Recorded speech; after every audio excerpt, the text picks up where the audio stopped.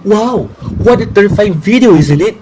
What you just witnessed is the devastating impact of flooding in Malaysia. But before I go further into more detail, let me introduce myself. My name is Muhammad Daniel bin Hasmin. I am a student from Bachelor of Science Hans Biodiversity Management, and I want to talk with you guys the flooding disaster in Malaysia.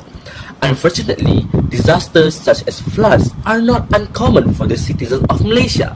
Despite this, as Malaysians, we are still far from finding the perfect solution to combat and overcome this devastating occurrence. Let us delve into the history of flooding in Malaysia and examine how the Malaysian government has approached flood mitigation efforts. Malaysia has faced recurring and devastating floods throughout its history, with major events occurring in 1936, 1969, 1971, 2006, 2007, 2014, 2020 until 2021, and recently 2024. Notable disasters include the 1936 Great Flood, the 1971 Second Great Flood, and the 2014 until 2015 monsoon floods, which caused widespread damage and displacement. Recent floods, such as those in 2021 and late 2024, highlight the ongoing threat posed by heavy rainfall and monsoon season. This repeated disaster emphasized the urgent need for effective flood mitigation measures to reduce their impact on life and infrastructure. Following the devastating floods of 1971, the Malaysian government adopted a multifaceted approach to flood mitigation, incorporating both structural and non-structural strategies. Structural measures include flood control dams and diversion channels, while non-structural strategies focus on population resettlement and advanced flood forecasting and warning systems. Dams play a vital role in retaining floodwaters and protecting downstream areas while serving multi-purposes such as water supply and hydroelectric power generation. Examples of dams specifically designed for flood mitigation include Batu Dam, Semberong Dam, and Mekap Dam.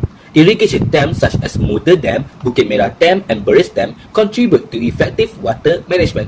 Hydroelectric dams developed by the Naga National Berhad, including Kenyir Dam and Sultan Abu Bakar Dam, reserve capacity for flood control. Additionally, the Klang Gates Dam, built primarily for water supply, also aids in flood mitigation. In conclusion, the construction of dams significantly reduces flood risk while addressing other critical needs such as water and energy supply.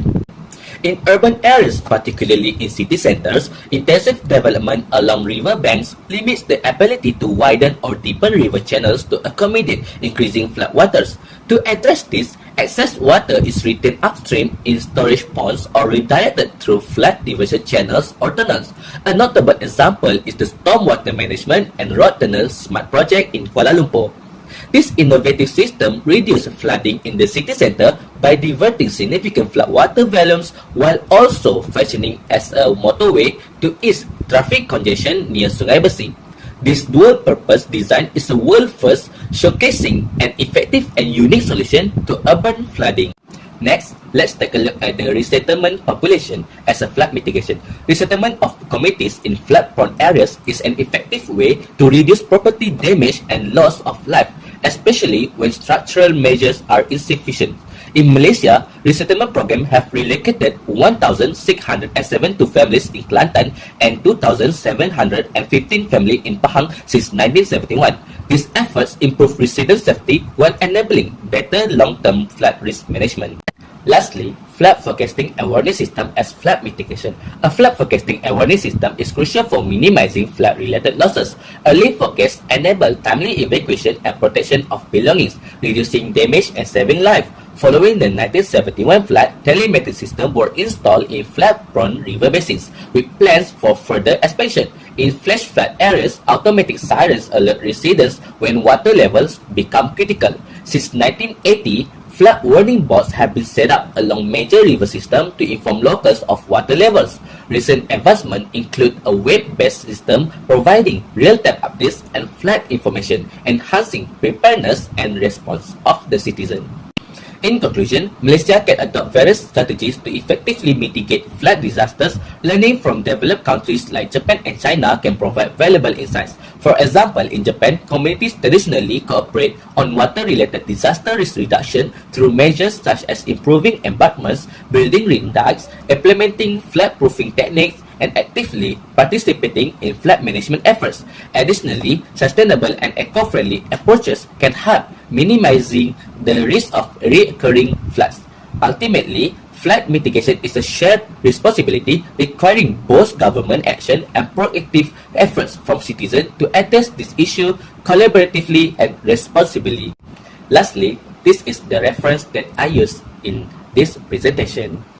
That's all from me. I hope that you gain something from this presentation. See you again next time. Bye bye.